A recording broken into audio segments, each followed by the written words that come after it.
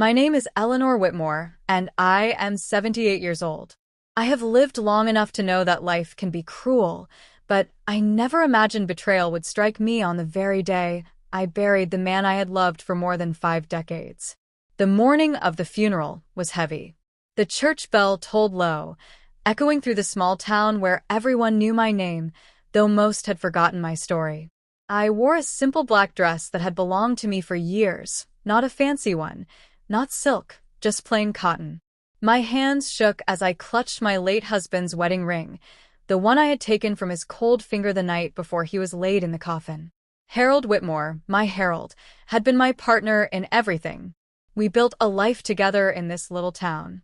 We weren't perfect, but we had love, and love was enough to carry us through the storms. At least, that's what I thought.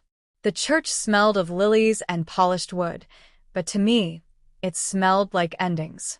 People filled the pews, whispering their condolences, as if they knew the depth of my grief. But grief is a private ocean. Only I knew how far it stretched. Then came the moment that tore through my heart like a blade. As Harold's casket was lowered, I caught sight of Delilah, my daughter-in-law. Tall, thin, with painted lips that never seemed to smile for kindness, only for victory. She leaned toward her friend sitting beside her, her lips curving into a smirk. I could hear her words as clear as if she had shouted them into a microphone. Finally, it's ours. Ours. The word rang in my ears like thunder. What did she mean, ours? My husband's death wasn't hers to celebrate. My house, my memories, my sacrifices, they weren't hers to claim. But her eyes glistened with triumph, and suddenly I understood. She believed everything Harold and I built together was about to fall into her greedy hands. My knees trembled, and for a moment, I thought I might collapse beside the grave. The church bells, the pastor's words, the crowd, it all blurred into noise. My heart beat so loudly in my chest I could hear it. How dare she? How dare she smirk while my husband's body was barely in the ground? I wanted to shout, to tear away the false veil of sorrow she wore, but my voice caught in my throat. Instead, I clutched my handbag tighter, holding on to what little strength I had left. I sat through the rest of the service in silence, my eyes never leaving her face. She laughed lightly with my son, Everett, as though this were nothing more than a dull family gathering. My son's head was bowed, his grief real, but he was blind to the woman beside him. When the final hymn ended and the guests began to leave, I stayed rooted to my seat. That was when I saw him, the lawyer. Mr. Leonard Graves, tall, gray-haired and stern, stood near the back of the church with a black leather briefcase in his hand. His eyes met mine, and in that single look, I felt both fear and hope. Because I knew what was in that briefcase. The will. And with it, the truth Harold had left behind. The day dragged on into the afternoon. We gathered at my home for what people like to call the repast.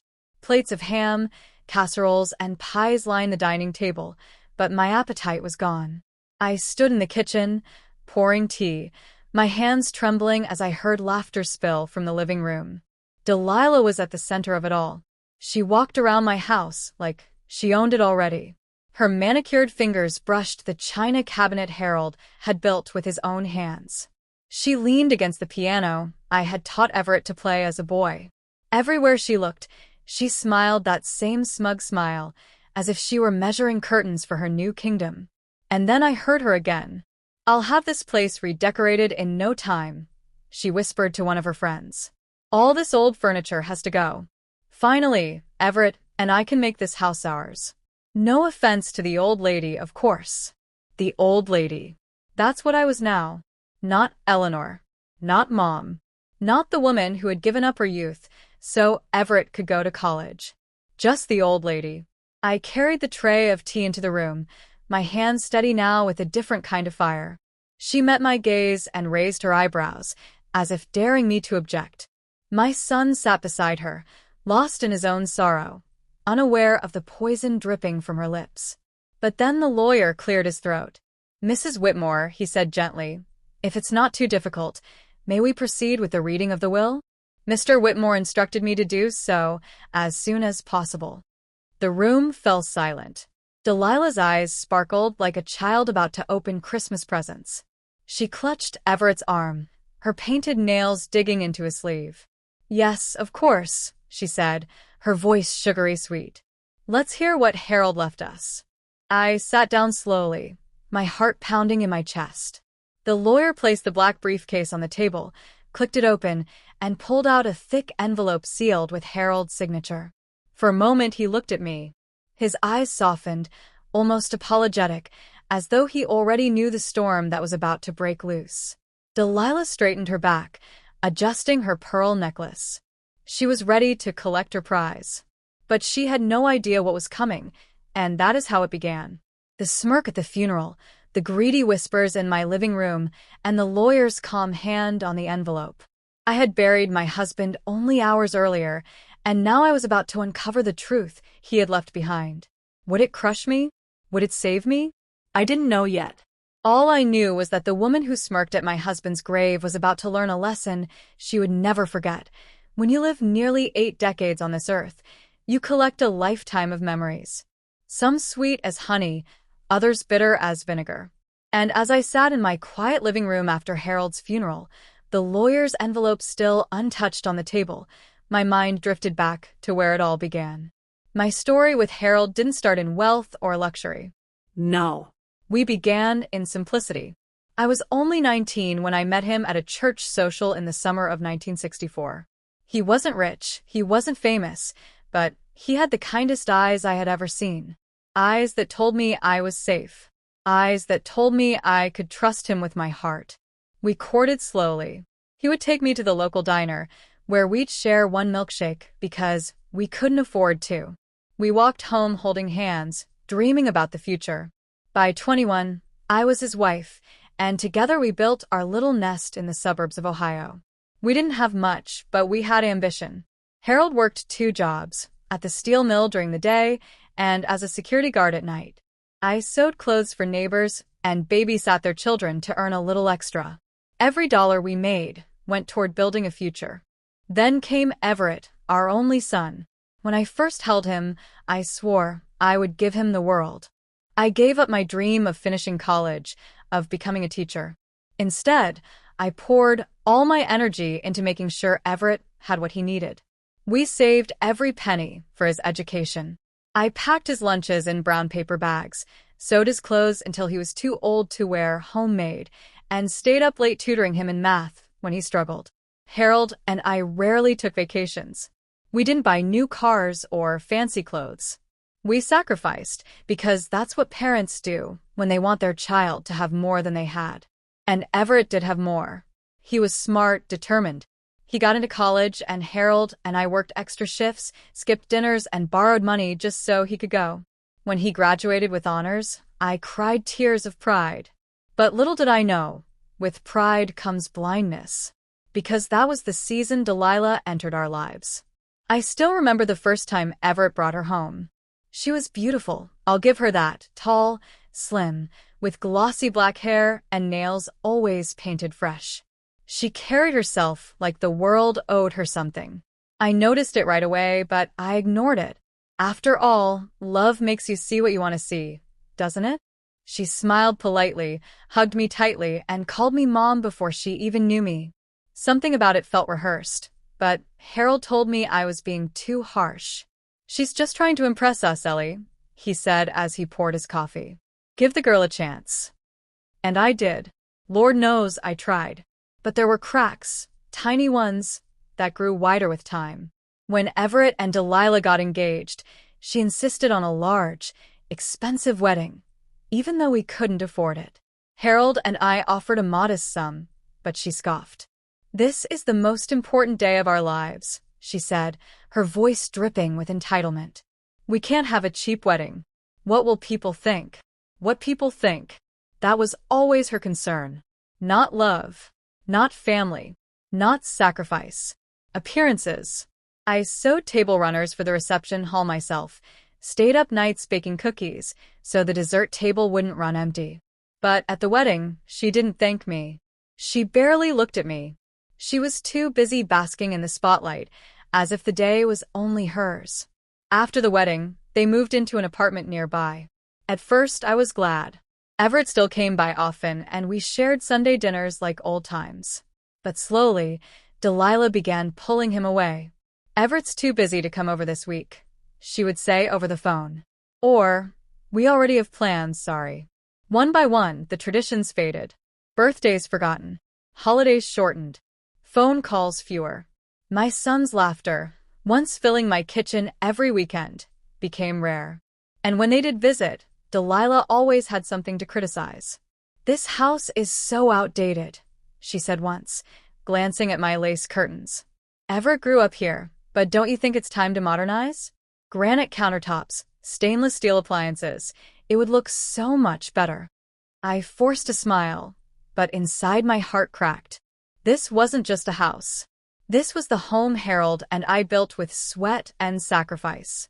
Every wall, every chair, every photograph told our story. But to her, it was just old. Harold noticed, too. He would grip my hand under the table when she made her comments, his way of saying, "Ignore her. You and I know the truth." Still, I worried. I worried that Everett was being blinded by her beauty, that he couldn't see the poison behind her smile. One night, I overheard them arguing outside my kitchen window. Everett's voice was low, pleading, while Delilah's was sharp. "You promised me, Everett," she snapped. "You said once your father is gone, this house will be ours. You said we wouldn't have to wait long." I froze. My son, my only child, promising my home, my life, my memories, to her. I stumbled back from the window, my chest heavy. Surely I had misheard. Surely Everett didn't mean it. He was a good boy, wasn't he? He loved me, didn't he? I told Harold about it that night, my voice breaking. He was silent for a long time before finally speaking. "Ellie," he whispered, "we need to be careful. She's not just after Everett's love. She's after everything we've worked for." From that day on, I knew Harold was planning something. I didn't know what. He didn't tell me. But I trusted him. I trusted that my husband, who had shared every sacrifice with me, would find a way to protect me from the storm we both saw coming. And that storm was Delilah.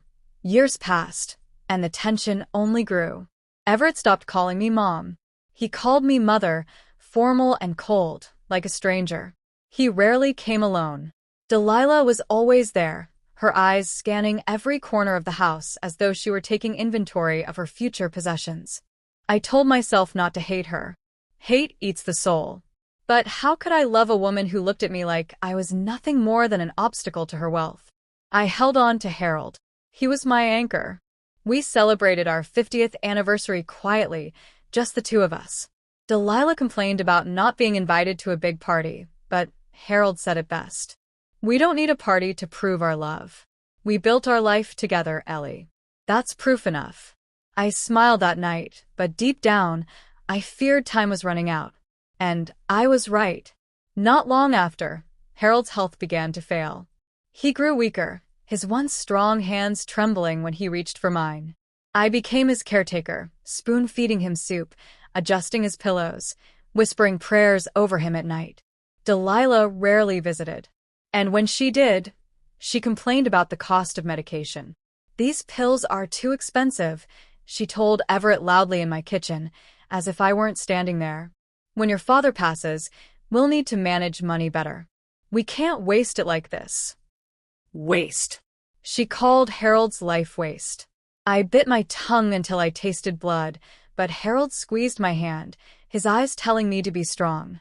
And through it all, he kept his secret. Something he whispered to me one night in the hospital, his voice so faint I barely caught it. "Ellie, don't worry. I made sure you'll be safe. I made sure she'll never take what's yours." At the time, I didn't understand. But now, as I sat in my living room with the lawyer's envelope on the table, I did. Harold had seen the storm long before it struck. And he had built a shelter for me in his will. People think betrayal comes all at once, like lightning splitting the sky. But it doesn't. Betrayal is slower, quieter. It comes in whispers, in glances, In little choices that stack up until one day you realize the people you love have left you behind. That was what life with Everett and Delilah became. At first it was small things. Everett missing Sunday dinners because Delilah wasn't feeling well. Or them showing up late for Christmas morning, Delilah blaming traffic even though they only lived 15 minutes away. Then came the comments, the ones that cut deeper than knives. One Thanksgiving, I had spent all day roasting a turkey, making pies from scratch, just like I had done every year since Everett was a boy. When I brought the food to the table, Delilah wrinkled her nose. "Doesn't anyone eat organic in this house?" she asked, her fork barely touching the turkey. "This meal is so old-fashioned." I smiled politely, but inside my chest ached. That turkey wasn't just food, it was tradition. It was love baked into every spice. Everett stayed quiet, eyes on his plate. He didn't defend me. That was when I started to feel invisible. Neighbors noticed before Everett did. Eleanor, my friend Martha, whispered one afternoon when she came over for coffee, "Your daughter-in-law doesn't seem very respectful. I saw her at the grocery store complaining about you to someone. Said you were stubborn and controlling." My face burned with shame. Stubborn? Controlling? I gave them everything. I sacrificed my youth, my dreams, so Everett could stand tall. And now I was the burden, the old woman who needed to get out of the way. Still, I tried to hold my family together. I invited them over, offered Delilah gifts, even babysat when they needed someone to watch their dog. But no matter what I did, it was never enough. One evening, I overheard Everett and Delilah arguing again on my porch. I hadn't meant to eavesdrop, but the words floated through the window, as clear as day. "You promised me this house, Everett," Delilah hissed. "You said your parents wouldn't live forever." "Delilah, stop," Everett whispered. "That's not what I meant." "Yes, it is," she shot back. "You said once they're gone, we'll have everything. I married you with that in mind. Don't tell me you've changed your mind now." I pressed my hand to my chest, my breath coming in shallow gasps. She had said it before, and now she was saying it again. Everything Harold and I had built wasn't ours to keep. It was theirs to claim, as if our lives were nothing more than stepping stones to their fortune. I wanted to storm out, to confront her, to tell Everett to open his eyes. But when I looked at my son through the curtain, I saw something that stopped me cold. He wasn't angry. He wasn't shocked. He was tired. He was defeated. He didn't even fight her words. And that was the moment I realized I was losing my son, not to death, not to distance, but to her. The months rolled on, and Harold's health began to slip.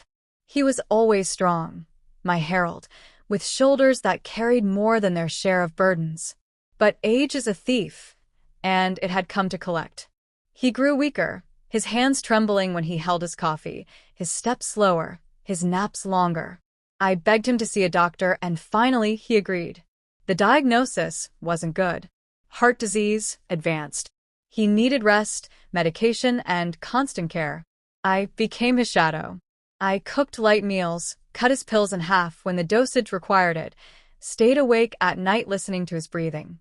Sometimes I would wake at 2 in the morning to find him staring at the ceiling, his eyes filled with thoughts he wouldn't share. Delilah didn't visit much. When she did, she would sigh dramatically, as though sitting beside a sick man was too much trouble. One afternoon, as Harold sat in his recliner wrapped in a blanket, she leaned over to Everett and whispered, loud enough for me to hear, "How much longer do we have to deal with this? These medical bills are draining everything. Once he's gone, we can finally breathe." I bit down so hard on my lip I tasted blood. Harold's eyes flickered to me. He had heard, too. His hand reached for mine, squeezing weakly, as if to say, "Don't break. Hold on a little longer." But my heart was breaking. Not just for him, but for the son who sat there, silent, letting his wife's poison seep into every corner of our lives. One night, Harold collapsed. It was after dinner. I was washing dishes, humming softly to myself, when I heard the crash. I turned, and there he was on the floor, clutching his chest, his face pale. "Harold," I screamed, dropping the plate so hard it shattered. I rushed to his side, my hands trembling as I dialed 911. The ambulance came quickly, red lights flashing through the quiet neighborhood. Neighbors gathered at their porches, whispering as the paramedics carried him out on a stretcher. I climbed into the back of the ambulance, clutching his hand as they placed an oxygen mask over his face. "Stay with me," I begged, tears streaming down my cheeks. "Don't leave me, Harold." "Not yet." His eyes opened weakly, meeting mine. "Ellie," he whispered, his voice faint but steady. "Remember what I told you. Don't be afraid." And then his eyes closed again. The sirens wailed as the ambulance sped toward the hospital. That night, as I sat in the sterile waiting room under the harsh fluorescent lights, Delilah arrived. She was dressed in designer clothes, her makeup perfect, as though she had just come from a party. She sat across from me, crossing her legs, her voice sharp. "Everett told me what happened," she said. "I hope you realize how expensive this is going to be. All these machines, all this treatment, do you know what it costs? Maybe it's time to let nature take its course." I stared at her, my body trembling with rage. "That's my husband," I hissed. "The man who built everything you see. He's not a burden. He's my life." She smirked, tilting her head. "Well, he's your life, but he's our future. And I don't intend to waste it on hospital bills." At that moment, I wanted to slap her across the face. But Harold's words echoed in my mind. "Don't be afraid." So I swallowed my anger, holding it inside like a burning coal. I knew one thing. Harold had prepared something. He had whispered it to me in the dark, his secret, his plan. And I had to trust him now more than ever. The weeks ahead were hard. Harold stayed in the hospital, hooked to machines, his body growing weaker every day. I was there from dawn till midnight, holding his hand, feeding him soup, wiping his brow. Everett came sometimes, but always with Delilah. And every time she walked into that room, I felt the air grow colder. One night, as I dozed in the chair beside Harold's bed, he squeezed my hand. "Ellie," he murmured, "when I'm gone, she'll show her true face. But don't worry. I've made sure you'll be safe." Tears slid down my cheeks. "Don't say that, Harold. Please don't leave me." He smiled faintly, his lips barely moving. "I love you. Always. Remember that." And then he drifted back into sleep. That was the night I realized something. Betrayal is painful, but love, real love, outlasts even death. Delilah thought she was winning. She thought she could take everything. But Harold was still one step ahead. I didn't know exactly what he had done, but deep in my heart, I believed his promise. She would never get what she wanted. And I was right. Because not long after, Harold would take his final breath, and the storm would break wide open. The night was unusually silent. The crickets had gone quiet, and the sound of the old house creaking under the weight of time echoed like whispers in the dark. I lay in my room, but my eyes were wide open. Sleep would not come to me. My heart was still heavy with the cruel things my daughter had said, and the loneliness inside me felt like a roaring fire that could not be put out. Suddenly, I heard footsteps outside my window. Slow. Heavy. Careful. My body froze as though I had turned to stone. At first, I thought it was the wind playing tricks on me, but the sound grew louder. Someone was out there. My heart pounded in my chest as I sat up, clutching the edge of my thin blanket. Then came the knock. Not on the front door. Not on the back. But on my bedroom window. "Grandma," a voice whispered, almost too soft to hear. I gasped and pressed my hand against my mouth. Who could it be at this hour? The voice was trembling, almost desperate. I slid off my bed and moved closer to the window, my legs shaking. With trembling fingers, I pulled the curtain slightly aside and peered into the darkness. A man stood there. His clothes were ragged, his face pale under the moonlight. His eyes carried both pain and mystery. "Please," he whispered again. "Help me. They are after me." Fear shot through my body like lightning. Who was he? Why was he at my window? And who was chasing him? I hesitated, torn between slamming the window shut and reaching out. Something inside me, maybe the same kindness that had made me endure so much pain all my life, stopped me from turning him away. "Who are you?" I asked in a shaky voice. "My name is Michael," he said quickly. "Please don't send me away. I have nowhere else to go." The way he spoke, it was urgent, pleading, almost like he was running from death itself. I opened the window slightly, enough to see him clearly. His hands were shaking, his clothes torn as though he had been in a fight or running through the forest. "What do you mean they are after you?" I asked. Before he could answer, a sound in the distance cut through the night, a group of voices shouting, dogs barking wildly, footsteps pounding closer. His eyes widened in panic. "Please," he begged. "Hide me. If they find me, they will kill me." My heart was racing. I should have shut the window. I should have screamed for help. But something inside me, something I couldn't explain, told me that if I turned him away, I would regret it forever. So I opened the window wider and whispered, "Come in, quickly." He climbed in, landing silently on the floor. His chest was rising and falling as he struggled to breathe. Sweat dripped down his face, and his eyes darted around as though he expected someone to burst in at any moment. I shut the window and closed the curtain. Then, the sound outside grew louder. Men's voices. Angry. Searching. "They can't be far," one shouted. "Search everywhere." My body stiffened, and Michael pressed his back against the wall, his eyes wide with fear. I turned to him, whispering urgently, "Who are they? Why are they chasing you?" He swallowed hard. "Because I know the truth. A truth they want buried forever." I felt a chill rush through me. My life had been filled with betrayal, pain, and cruelty from my own family. But now, here was a stranger standing in my room, bringing with him a new kind of danger. The men outside drew closer. Flashlights danced against the walls of my house. The barking dogs grew louder.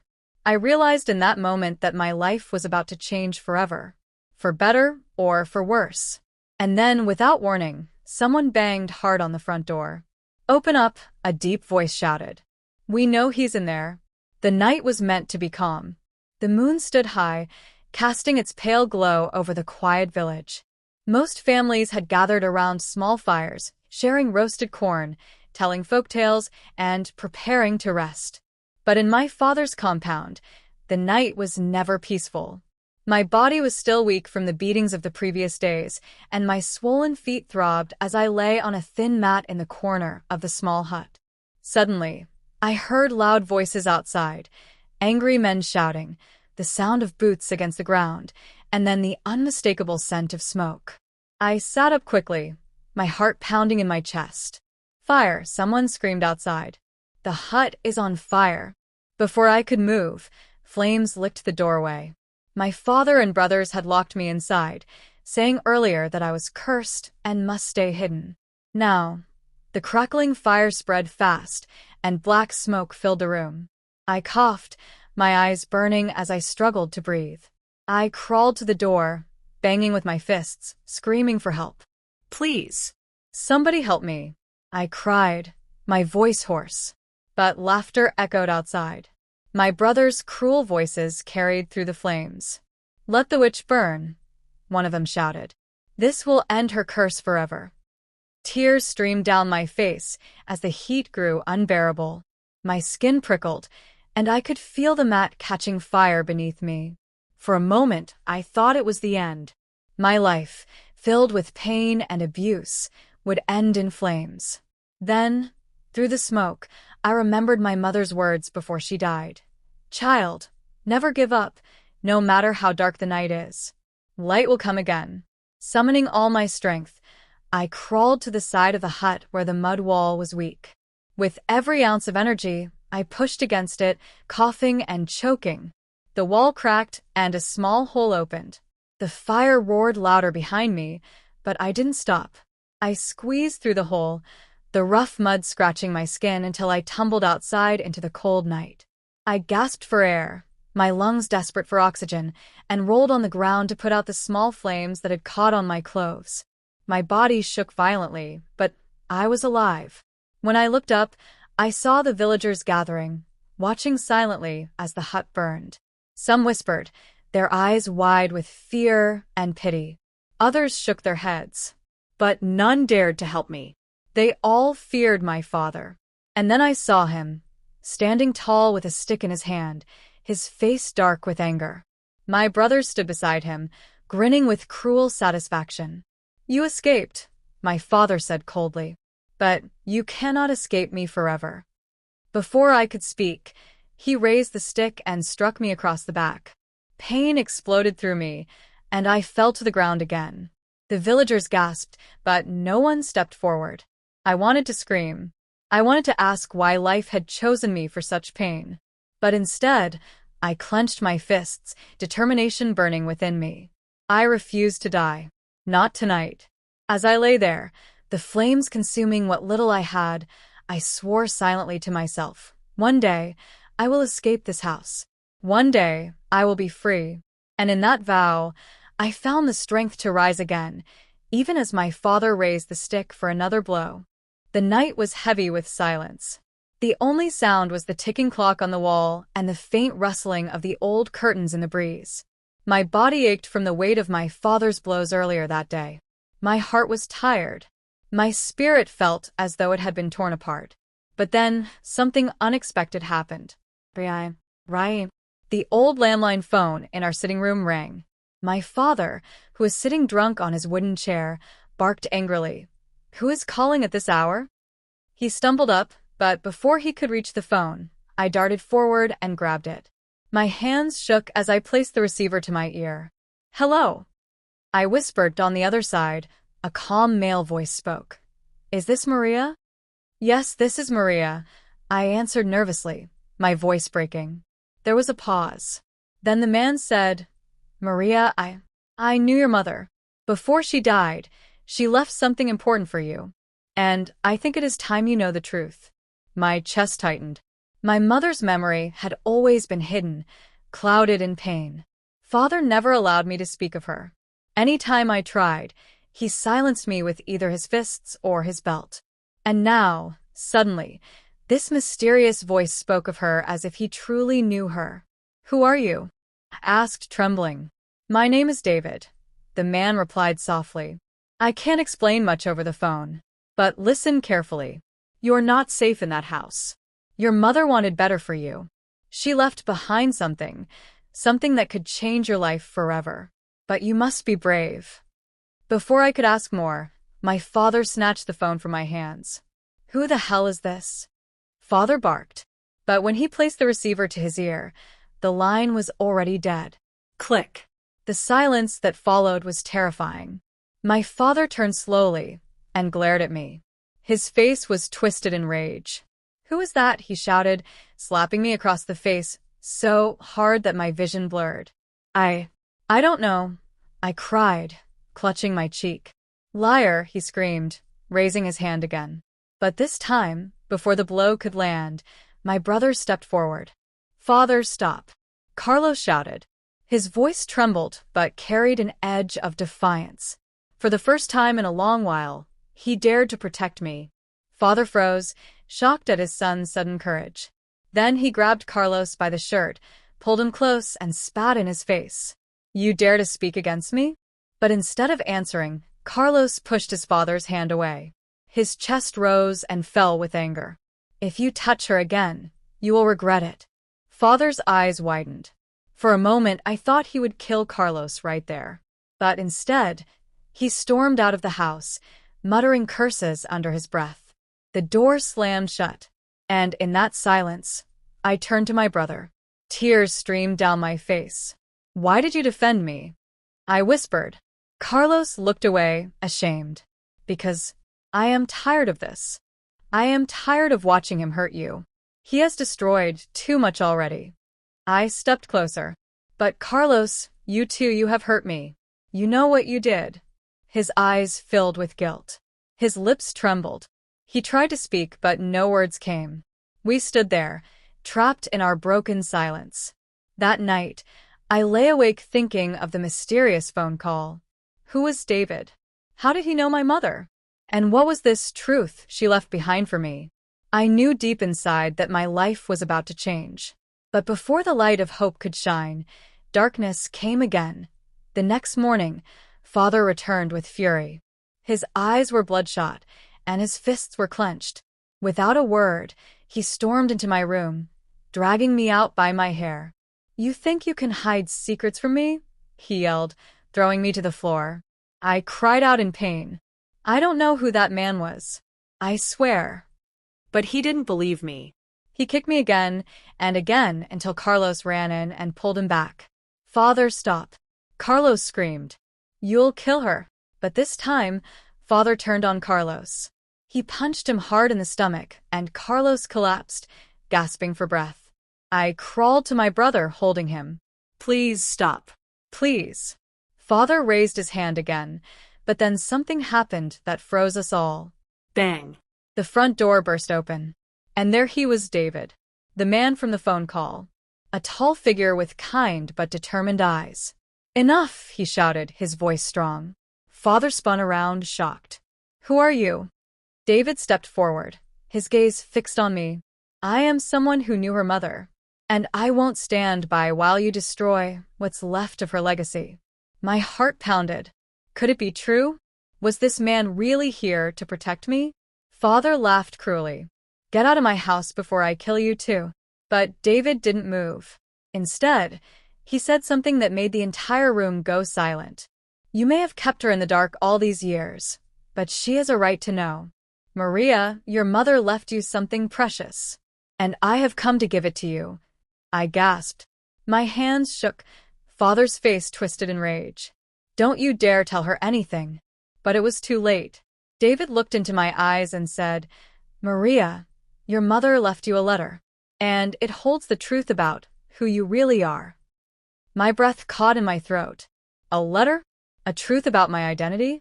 Before I could ask, Father charged at David, fists flying. The two men collided in a violent struggle. The house shook with their fight. Furniture toppled. Glass shattered. My heart raced as I clutched Carlos, both of us too terrified to move. David fought back with surprising strength, blocking Father's blows and landing his own. But then, Father grabbed a broken bottle from the floor and lunged at him. "No!" I screamed. The glass sliced through David's arm, blood spilling onto the floor. He staggered back, wincing in pain. But even as blood dripped from his arm, he shouted with conviction, "Maria, remember this. You are not who you think you are. Read the letter, and you'll know the truth." His words burned in my mind. But before he could say more, Father struck him again, knocking him unconscious. David collapsed on the floor, bleeding. Father stood over him, panting heavily. Then he turned to me with eyes full of madness. "If you go near him, or that letter, you will die," he growled. My body trembled in fear. But deep inside, a spark of courage lit within me. I knew I had to find that letter, because only then would I know who I really was.